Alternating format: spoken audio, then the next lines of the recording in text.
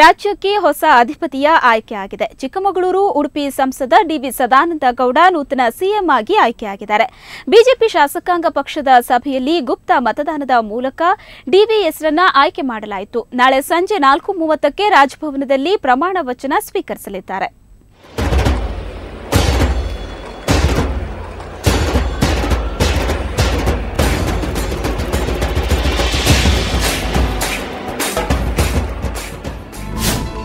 ದೇವರಗುಂಡ ವೆಂಕಪ್ಪಗೌಡ ಸದಾನಂದಗೌಡ, ಇನ್ನು ಮುಖ್ಯಮಂತ್ರಿ ಸದಾನಂದಗೌಡ.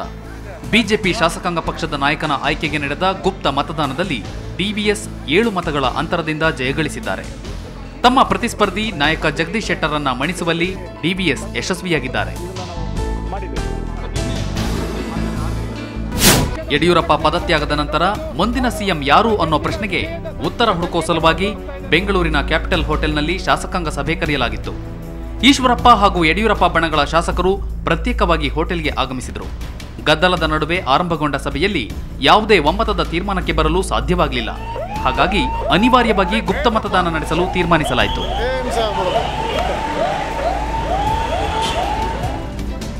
ನಂತರ ಶಾಸಕರ ಭೋಜನಕೂಟ ಆದ್ಮೇಲೆ ಮತ ಎಣಿಕೆ ಕಾರ್ಯ ನಡೆಯಿತು.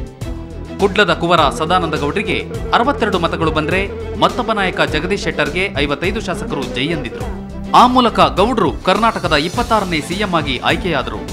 ನಂತರ ರಾಜಭವನಕ್ಕೆ ತೆರಳಿದ ಡಿವಿಎಸ್ ಸರ್ಕಾರ ರಚನೆಗೆ ಹಕ್ಕು ಮಂಡಿಸಿದರು. ಇದಕ್ಕೆ ಗವರ್ನರ್ ಸಮ್ಮತಿಸಿದರು. 7 ಮತಗಳ ಅಂತರದಿಂದ ಹಿನ್ನಡೆ ಅನುಭವಿಸಿದ ಜಗದೀಶ್ ಶೆಟ್ಟರ್ಗೆ ಉಪಮುಖ್ಯಮಂತ್ರಿ ಹುದ್ದೆಯ ಆಫರ್ ನೀಡಲಾಯಿತು. ಆದರೆ ಶೆಟ್ಟರ್ ಮಾತ್ರ ಇದನ್ನ ಖಡಾಖಂಡಿತವಾಗಿ ನಿರಾಕರಿಸಿದ್ದಾರೆ. ಹೈಕಮಾಂಡ್ ಡಿಸಿಎಂ ಆಗುವಂತೆ ಶೆಟ್ಟರ್ ಮನವೊಲಿಕೆಗೆ ಮುಂದಾಗಿದೆ ಎನ್ನಲಾಗಿದೆ.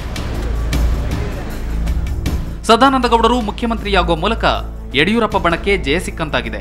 ಒಟ್ಟಾರೆ ಅಧಿಕಾರದಿಂದ ಕೆಳಗಿಳಿದರೂ ಯಡಿಯೂರಪ್ಪ ತಮ್ಮ ಹಠ ಸಾಧಿಸಿಕೊಂಡಿದ್ದಾರೆ.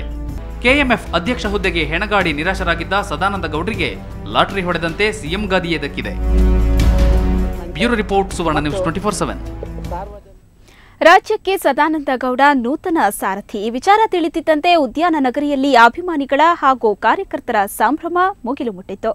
ನಗರದ ಹಲವೆಡೆ ಸದಾನಂದ ಗೌಡರ ಬೆಂಬಲಿಗರು ಪಟಾಕಿ ಸಿಡಿಸಿ ಸಿಹಿ ಹಂಚಿ ಸಂಭ್ರಮಿಸಿದರು.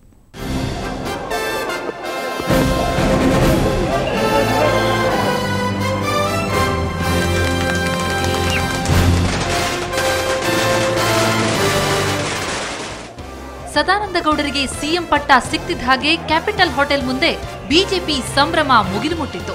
ಸದಾನಂದಗೌಡರ ಬೆಂಬಲಿಗರು ಗೌಡರ ಪರ ಘೋಷಣೆ ಕೂಗಿ ಸಂಭ್ರಮಿಸಿದ್ರು.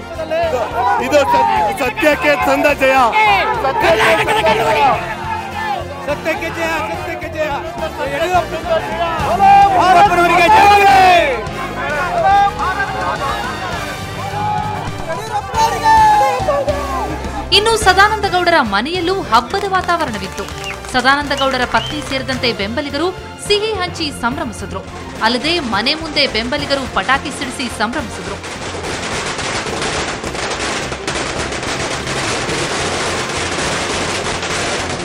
ಸಿಎಂ ಅವರ ರೇಸ್ ಕೋರ್ಸ್ ನಿವಾಸದ ಬಳಿಯೂ ಸಂಭ್ರಮ ಮುಗಿಲು ಮುಟ್ಟಿತ್ತು.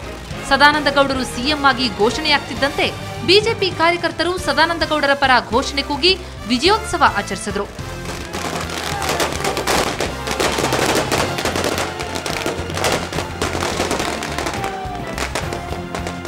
ಒಟ್ಟಲ್ಲಿ ಸದಾನಂದಗೌಡರ ಬೆಂಬಲಿಗರ ಆಸೆಯೊಂದು ಈಡೇರಿದೆ. ನೂತನ ಸಿಎಂಗೆ ಶುಭ ಹಾರೈಕೆಯ ಮಹಾಪೂರವೇ ಹರಿದು ಬಂದಿದೆ. ಬ್ಯೂರೋ ರಿಪೋರ್ಟ್, ಸುವರ್ಣ ನ್ಯೂಸ್ 24/7. ನೂತನ ಮುಖ್ಯಮಂತ್ರಿ ಆಯ್ಕೆ ಬೆನ್ನಲ್ಲೇ ಬಿಜೆಪಿಯಲ್ಲಿ ಭಿನ್ನಮತ ಭುಗಿಲೆದ್ದಿದೆ. ಸಿಎಂ ಆಗಿ ಸದಾನಂದ ಗೌಡ ಆಯ್ಕೆಗೆ ತೀವ್ರ ಅಸಮಾಧಾನ ವ್ಯಕ್ತವಾಗಿದೆ. ಬೆಂಗಳೂರಿನ ಅಶೋಕ ಹೋಟೆಲ್ನಲ್ಲಿ ಜಗದೀಶ್ ಶೆಟ್ಟರ್ ಬಣದ 55ಕ್ಕೂ ಹೆಚ್ಚು ಶಾಸಕರು ಸಭೆ ನಡೆಸಿದರು. ಅನಂತಕುಮಾರ್, ಜಗದೀಶ್ ಶೆಟ್ಟರ್, ಕಾಗೇರಿ, ಅಶೋಕ್ ಕಾರಜೋಳ, ರಾಮದಾಸ್, ಜನಾರ್ದನ್ ರೆಡ್ಡಿ, ಬಾಲಚಂದ್ರ ಜಾರಕಿಹೊಳಿ ಮತ್ತಿತರರು ಸಭೆಯಲ್ಲಿ ಭಾಗವಹಿಸಿದರು. ಇನ್ನು ಈ ಎಲ್ಲ ಶಾಸಕರು ಸಿಎಂ ಪ್ರಮಾಣ ವಚನ ಸಮಾರಂಭದಲ್ಲಿ ಭಾಗವಹಿಸದಿರಲು ನಿರ್ಧರಿಸಿದ್ದಾರೆ. ಅಲ್ಲದೆ ಮಂತ್ರಿಮಂಡಲ ಸೇರೋದಿಲ್ಲ ಅಂತಾನೂ ಬಿಗಿಪಟ್ಟು ಹಿಡಿದಿದ್ದಾರೆ. ಇನ್ನು ಸಿಎಂ ಹಣಬಲದಿಂದ ಶಾಸಕರನ್ನ ಖರೀದಿಸಿದ್ದಾರೆ. ಶಾಸಕರಿಗೆ ತಲಾ 2 ಕೋಟಿ ಹಣ ನೀಡಿರುವುದಾಗಿ ಆರೋಪಿಸಿದ್ದಾರೆ. ಈ ಮಧ್ಯೆ ಈ ಬಗ್ಗೆ ಮಾತನಾಡಿದ ಬಾಲಚಂದ್ರ ಜಾರಕಿಹೊಳಿ ಬಿಜೆಪಿಯಲ್ಲಿ ಯಾವುದೇ ಭಿನ್ನಮತ ಇಲ್ಲ ಅಂತ ಹೇಳಿದ್ದಾರೆ. ನಾಳೆ ಜಗದೀಶ್ ಶೆಟ್ಟರ್ ನಿವಾಸದಲ್ಲಿ ಮತ್ತೊಂದು ಸುತ್ತಿನ ಚರ್ಚೆ ನಡೆಯಲಿದೆ ಅಂದಿದ್ದಾರೆ. ನಮ್ಮ ರಾಷ್ಟ್ರೀಯ ನಾಯಕರಿಗೆ ನಮ್ಮ ಭಾವನೆಗಳೇನಿದೆ ಅದನ್ನ ಹೇಳಿದಿರಿ. ಸಹಮತದಿಂದ ಆಗಿದ್ರೆ ಒಳ್ಳೇದಾಗಿರೋದು.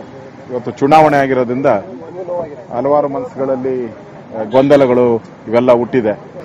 ಶೆಟ್ಟರ್ ಅವರು ತಿಂಡಿಗೆ ಕರೆದಿದ್ದಾರೆ. ನಾಗರ ಪಂಚಮಿ, ನಾಳೆ ನಾಗರ ಪಂಚಮಿ, ಅದಕ್ಕೋಸ್ಕರ ತಿಂಡಿಗೆ ನಾಳೆ 9:30ಗೆ ಸೇರ್ತಾ ಇದ್ದೀರಿ. ಸೊ ಏನು ನಾವು ಇಲ್ಲಿ ಸೋಲುವಂಥದ್ದಕ್ಕೆ ಏನೇನು ಕಾರಣ ಇದನ್ನೆಲ್ಲ ನಾಳೆ ಯೋಚನೆ ಮಾಡ್ತೀರಿ. ಸೊ ನಾವೆಲ್ಲ ಮುಖಂಡರಿದ್ದು ಕೆಲವೊಂದೆಲ್ಲ ಅಸಮಾಧಾನ ಇರ್ತವೆ. ಯಾಕಂದ್ರೆ ಎಲ್ಲರಿಗೂ ಅಧಿಕಾರ ಬೇಕನ್ನುವಂತ ಆಸೆ ಇರ್ತೈತಿ, ಎಲ್ಲರಿಗೂ ಮಾಡಕ್ ಆಗೋದಿಲ್ಲ. ಆ ಕೆಲವೊಂದು ವಿಚಾರ ನಾವು ಚರ್ಚೆ ಮಾಡ್ತಾ ಇದ್ವಿ. ಮತ್ತೆ ನಾಳೆ ಬೆಳಿಗ್ಗೆ ಸೇರ್ತಾ ಇದೀವಿ ನಾವು. ನೂತನ ಸಿಎಂ ಆಯ್ಕೆಗಾಗಿ ನಡೆದ ಕಸರತ್ತು ಟ್ರಾಫಿಕ್ ಕಿರಿಕಿರಿಗೂ ಕಾರಣವಾಗಿತ್ತು. ಬಿಜೆಪಿ ಶಾಸಕರ ಬಸ್ ಪ್ರಯಾಣದಿಂದಾಗಿ ಬೆಂಗಳೂರಿನ ಕೆಲವೆಡೆ ಟ್ರಾಫಿಕ್ ಕಿರಿಕಿರಿ ಉಂಟಾಗಿತ್ತು. ನಗರದ ರಾಜ್ಭವನ್ ರಸ್ತೆ, ಜಿಪಿಒ, ಇನ್ಫ್ಯಾಂಟ್ರಿ ರೋಡ್ಗಳಲ್ಲಿ ವಾಹನ ಸವಾರರು ಟ್ರಾಫಿಕ್ ಬಿಸಿಯನ್ನ ಅನುಭವಿಸಿದ್ರು. ರಸ್ತೆಗಳಲ್ಲಿ ದಂಡು ದಂಡಾಗಿ ಸಂಚರಿಸುತ್ತಿದ್ದ ರಾಜಕಾರಣಿಗಳ ಬಸ್, ಕಾರ್ಗಳ ನಡುವೆ ಸಾರ್ವಜನಿಕರನ್ನ ಕೇಳೋರೇ ಇರಲಿಲ್ಲ. ಟ್ರಾಫಿಕ್ ಪೊಲೀಸರಂತೂ ಸಾರ್ವಜನಿಕರನ್ನ ಸಾಗಿ ಹಾಕೋದ್ರಲ್ಲಿಯೇ ನಿರತರಾಗಿದ್ರು.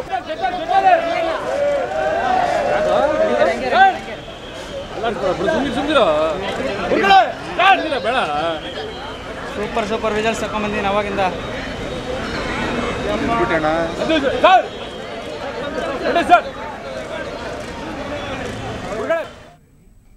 ಅಂತೂ ಇಂತೂ ರಾಜಕೀಯ ದೊಂಬರಾಟಕ್ಕೆ ಬ್ರೇಕ್ ಬಿದ್ದಿದೆ. ಸದಾನಂದಗೌಡ ರಾಜ್ಯದ ನೂತನ ಸಿಎಂ ಆಗಿ ಆಯ್ಕೆ ಆಗಿದ್ದಾರೆ. ಆದರೆ ಈ ಎಲ್ಲ ಜಂಜಾಟದ ನಡುವೆ ಈ ಮಹಿಳೆ ಮಾತ್ರ ಮಾಜಿ ಸಿಎಂ ಮನೆ, ಕಚೇರಿ ಅಂತ ಅಲೆತಿದ್ದಾರೆ. ಯಾಕೆ ಈ ಅಲೆದಾಟ? ಈ ವರದಿ ನೋಡಿ.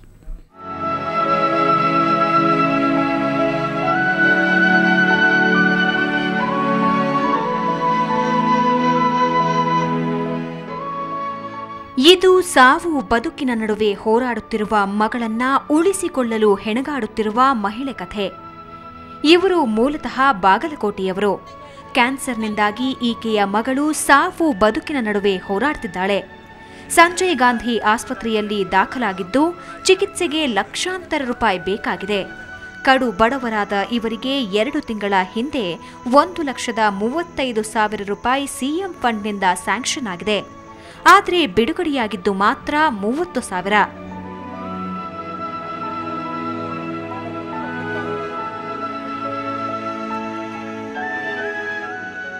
ಇನ್ನುಳಿದ ಫಂಡ್ಗಾಗಿ ಈ ಬಡಪಾಯಿ ಮಹಿಳೆ 2 ದಿನದಿಂದ ಮಾಜಿ ಸಿಎಂ ಯಡಿಯೂರಪ್ಪ ಮನೆಗೆ ಸುತ್ತಾಡ್ತಿದ್ದಾರೆ. ಆದರೆ ಅಲ್ಲಿ ಅವರ ಗೋಳು ಕೇಳೋರು ಮಾತ್ರ ಯಾರೂ ಇಲ್ಲ. ಇನ್ನು ಕೇಳಿದ್ರೂ ಮುಂದಿನ ಸಿಎಂ ಆದ್ಮೇಲೆ ಫಂಡ್ ಸಿಗುತ್ತೆ ಅನ್ನೋ ತಾತ್ಸಾರದ ಮಾತು. ಅವರು ರಾಜೀನಾಮೆ ಕೊಟ್ಟಾರೋ ಮತ್ತು ಇನ್ನು ಯಾವ ಸಿ ಎಮ್ ಬರ್ತಾರೋ ನಮಗೆ ಗೊತ್ತಿಲ್ಲ. ಈ ಹೊಸ ಸಿ ಎಮ್ ಬಂದಿಂದ ನಾಳೆ ಎಲ್ಲ ಆಯ್ಕೆ ಮಾಡ್ತಾರೆ, ನಾಡ್ದು ಬನ್ನಿ ನೀವು ಕುಂದ್ರಿ ಅಂತ ಹೇಳ್ತಾರೆ ಮೇಡಮ್. ಅಲ್ಲಿಂದ ಆಚೆ ಓಡಿಸ್ತೀವಿ. ಪೊಲೀಸರು ನಿಮ್ಮ ಏನೋ ರಿಮಾಂಡ್ ಒಳಗೆ ಹಾಕಿಬಿಡಿ ಅಂತಂದೀವಿ ಮೇಡಮ್. ಒಟ್ನಲ್ಲಿ ಕಡು ಬಡವರಾದ ಇವರು ಮಗಳನ್ನ ಉಳಿಸೋದಕ್ಕಾಗಿ ಸಿಎಂ ಫಂಡ್ ಅವಲಂಬಿಸಿದ್ದಾರೆ. ಇವರ ಕೂಗು ಹೊಸ ಸಿಎಂಗಾದ್ರೂ ಕೇಳಿಸುತ್ತಾ ಅನ್ನೋದನ್ನ ಕಾದ್ ನೋಡ್ಬೇಕಿದೆ. ಶ್ರೇಯಾ ಶೆಟ್ಟಿ, ಸುವರ್ಣ ನ್ಯೂಸ್ 24/7, ಬೆಂಗಳೂರು.